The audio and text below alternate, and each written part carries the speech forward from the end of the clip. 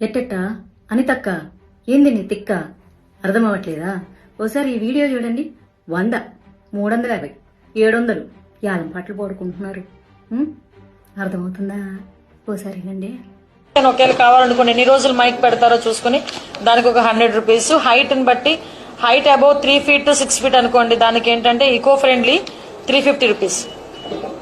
అలాంటివి మనకి height above 6 feet అయితే 700 రూపీస్. ఇప్పుడు నేను మాట్లాడబోయే టాపిక్ అయితే చాలా మందికి కోపం తెప్పిస్తుంది.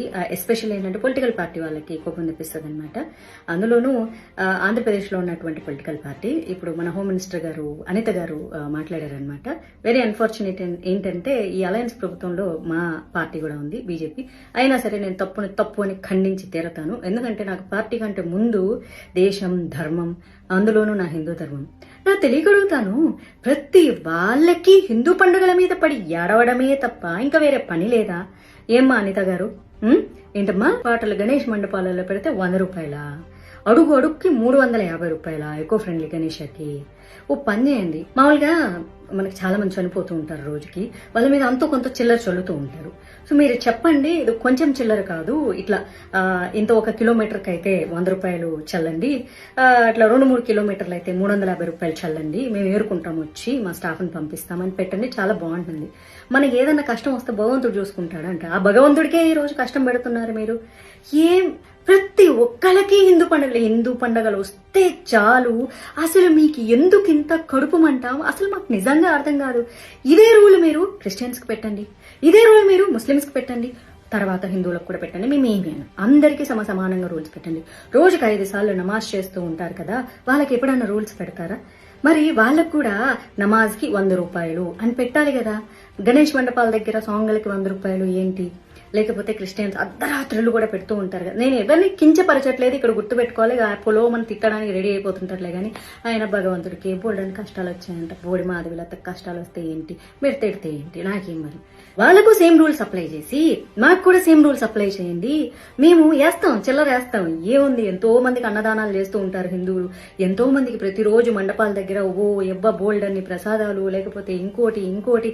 అసలు మా పండగలంటేనే 10 మందిని బతికించడానికి ఉండేటటువంటి వ్యవహారం అది.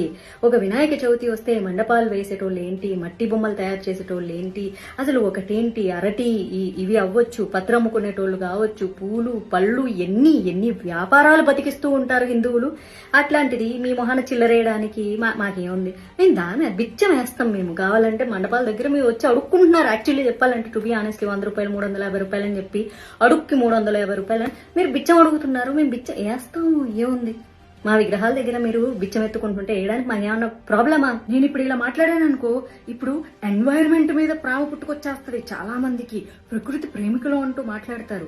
మీరు మట్టి బొమ్మలు, ఆకులు అవన్నీ తీసుకెళ్లి వాటర్లో వేస్తారు, మరి వాటన్నింటినీ చెరువుల్లోంచి, కాలువల్లోంచి, వీటిలోంచి బయటకి తీయాలి. వాటికి ఎంత శ్రమ అవుతుందో తెలుసా, ఎంత పాడైపోతుందో తెలుసా, ఎన్వైరన్మెంట్ ఎంత నాశనం అయిపోతుంది. అట్లీస్ట్ ఇలాంటి రూల్స్ అన్న పెడితే సో అప్పుడైనా కేర్ఫుల్ గా ఉండేసేసి తక్కువగా వాడతారు, పెద్ద విగ్రహాలు చేయడం మానేస్తారు. అలా అని చెప్పేసి విగ్రహాలు చేసే వాళ్ళ కడుపుల మీద కొట్టడానికి ఎన్వైరన్మెంట్ పేరుతో మేము చాలా సిద్ధంగా ఉంటాము.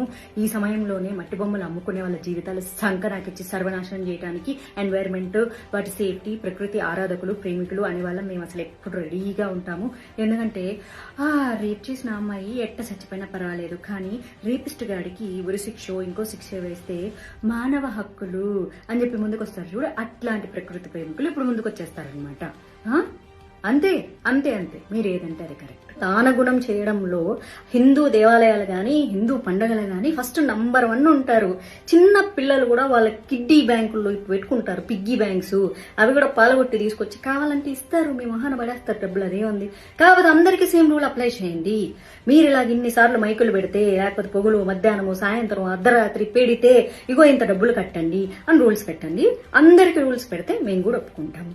మీరు అడుక్కుంటామంటే చెప్తున్నా కదా, అయ్యయ్యో మా ఇంట్లో పనిచేసేటోళ్ళు, మా దగ్గర వాచ్మెన్లు, లేకపోతే చిన్న పిల్లలు అందరు తీసుకొచ్చి మీ మొహాన్ డబ్బులు పడేస్తారు. ఇప్పుడు కాలుతుంది కదా మీకు.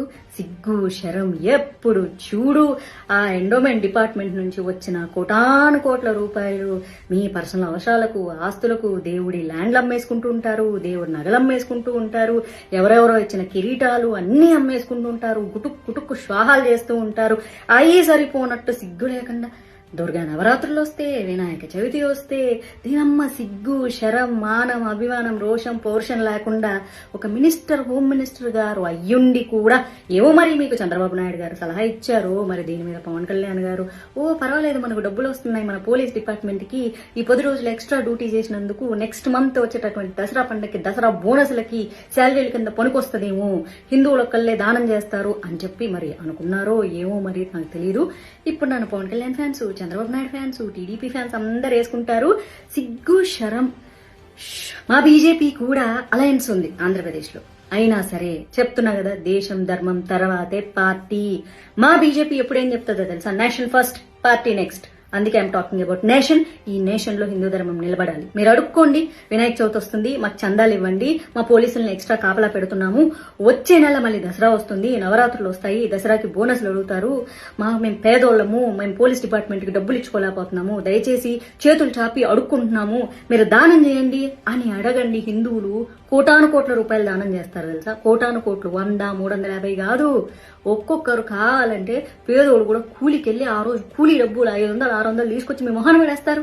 బతకండి అలాగా, అడుక్కోండి కావాలంటే. మినిస్టర్లు అందరూ వచ్చి ప్రతి పండక్కి వచ్చేసి ఆంధ్రప్రదేశ్ ప్రజలారా, హిందువులారా మాకిట్ట డబ్బులు ఇవ్వండి అని అడుక్కోండి. కోట్ల రూపాయలు ఇట్ట ఇవ్వకపోతే నన్ను అడగండి, ఇస్తారు. మా హిందువులందరూ దానగుణం కలవాళ్ళు. కానీ అఫీషియల్ ప్రెస్ మీట్ పెట్టి దానికి 100, దీనికి 100, దానికి నా 100 అని అడుక్కోవద్దు. Shame on you, shame on you.